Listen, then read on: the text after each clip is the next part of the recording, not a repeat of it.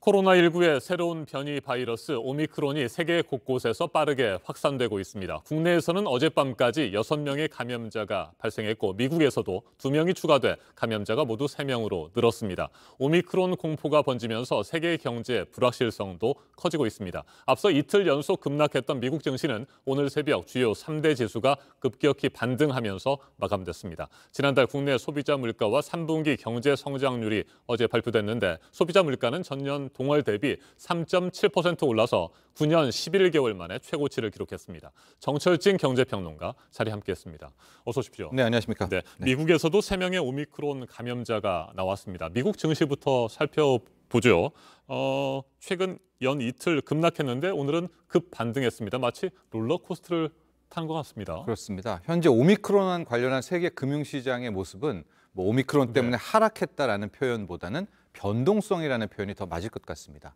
아직까지 오미크론에 대해서 정확한 분석이 나오지 않지 않았습니까? 속도, 감염 속도는 빠르다고 밝혀졌지만 중증도 같은 것들, 치명률이 밝혀지지 않으면서 하루는 오미크론 관련한 좀 부정적인 뉴스가 나오면 급락했다가 또 긍정적인 어떤 희망적인 목소리가 나오면 급등했다가, 즉 급락과 급등을 반복하는 그런 모습인데요. 어제 같은 경우에는 미국에서 이제 한 명의 오미크론 신규 확진자가 나왔다는 소식에 장 막판에 급락을 했고요. 반면에 오늘 같은 경우에는 이제 3명 이상이 아닙니까? 지역도 중서부, 남부까지도 뚫렸다는 뉴스에도 불구하고 이제 주식시장은 이제 급반등에 성공을 했었는데요. 아마도 이렇게 급등과 급락을 반복하는 변동성은 다음 주 말 정도에 나올 것 같다는 1차 오미크론에 대한 정기 분석, 이 결과에 따라서 큰 추세가 잡힐 것 같습니다. 네, 제롬 파월 미국 연방준비제도 의장은 이 오미크론이 경제와 고용에 하방 압력을 가할 수 있다. 이렇게 얘기를 했습니다. 좀 설명이 필요해 보입니다. 그렇죠. 오미크론 관련해 가지고 다시 한번 실물 경제가 위축할 경우에는 그러니까 작년을 생각해 보시면 되겠죠. 경제가 봉쇄되면 사람들이 일터로 또 못 나가게 될 것이고요. 내수 실물 경제가 위축되면 전체적인 경제 성장률이 떨어뜨리는 이것을 걱정하게 되는데요. 현재 오미크론 관련해서 우리가 더 초점을 맞춰야 될 것은 인플레이션과 오미크론의 관계입니다. 이게 무슨 얘기냐면 현재 오미크론 때문에 상품 시장에서 국제 유가는 급락한 상황이거든요. 그런데 급락을 하면 어떻게 되겠습니까? 소비자 물가 같은 인플레이션을 잡게 되겠죠. 유가가 하락했기 때문에. 그래서 오미크론이 확산되면 나쁘지만 인플레, 물가 상승은 잡을 수 있겠다라는 의견 하나가 있고요. 반면에 오미크론이 또 확산이 됐어요. 그러면은 공장 또 문 닫겠죠. 그러면 지금도 위험한 공급망 생태계가 더 깨질 거 아니겠습니까? 그럼 물건이 부족해서 물가가 오르는 또 이 인플레가 나올 수도 있다. 그래서 지금 오미크론 하나를 놓고 이것이 물가를 떨어뜨리는 요인도 있고 물가를 상승시키는 요인도 있고 둘 다가 존재하는 상황인데 미국의 제롬 파월 연준 의장 같은 경우에는 오히려 후자 쪽에 좀 초점을 맞춘 것 같아요. 그래서 오미크론이 상품 시장, 유가 같은 거를 떨어뜨려서 물가를 떨어뜨린다라기보다는 지금 제롬 파월 연준 의장은 오히려 오미크론 때문에 심각한 공급난, 이 공급망 생태계 붕괴가 더 극심해질 것이고 물것 부족, 물가 상승, 그래서 테이퍼링이라든가 기준금리 인상의 속도를 앞당길 수 있다는 쪽에 더 방점이 찍혀 있습니다. 네, 그러니까 오미크론의 실체가 명확하게 밝혀지기 전까지는 세계 경제가 불확실할 수밖에 없고 요동치게 될 것이다 이렇게 보시는 거군요. 그렇습니다. 위아래로 계속해서 변동성이 나올 것 같습니다. 네, 테이퍼링과 금리 인상 앞서 잠깐 말씀을 하셨는데요. 그 속도는 앞으로 어떻게 될 것 같습니까? 그렇죠. 이제 오미크론에 대한 부분들이 다음 주에 나오게 될 때는 더 명확해질 것 같은데 저는 어제, 그제 제롬 파월 연준 의장이 이제 하원 상원에서의 이야기를 좀 들어보면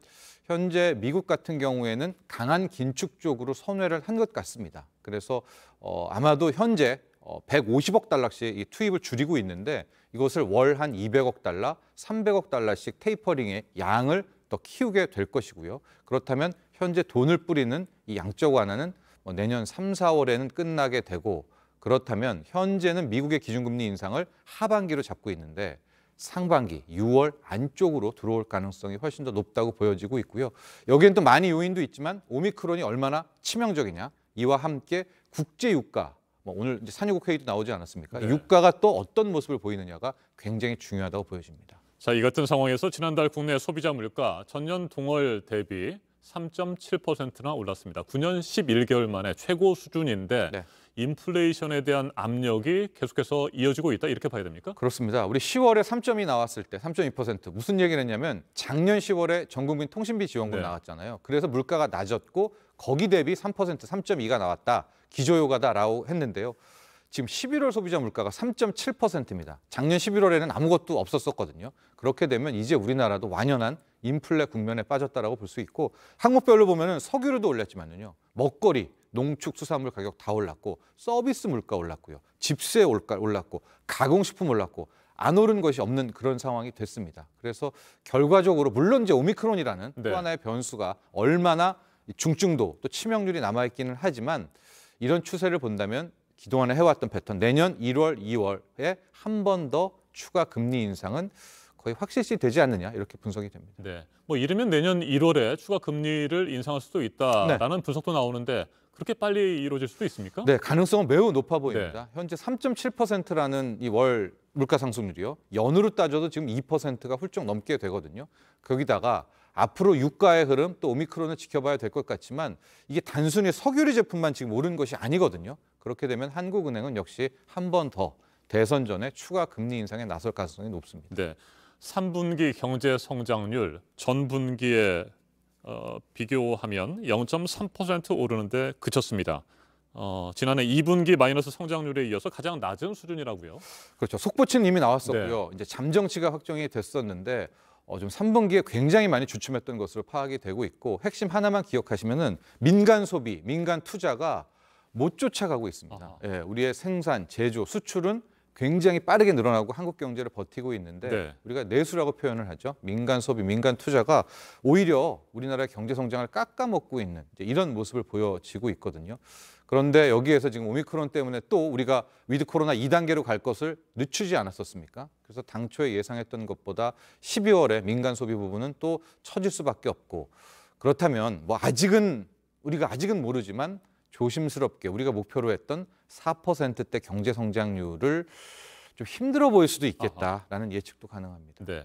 4% 경제 성장률 목표를 달성하지 못한다면 국내 경제 상황은 어느 정도의 수준이라고 봐야 됩니까? 한 3.8, 뭐 3.9라고 봐야 될 것 같은데요. 그동안에 우리가 4% 혹은 2달 전까지만 해도 4% 경제 성장률을 훨씬 할 수 있다라고 네. 본 것은 지금 수출 쪽이 워낙 강하기 때문에 여기에서 민간 소비만 조금 도와주면 튀어오를 수 있다라는 분석이었었는데요.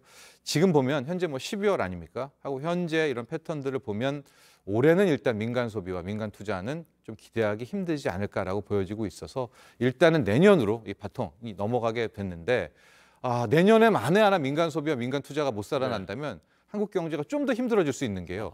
지금 수출 제조업은 거의 턱까지 찼습니다.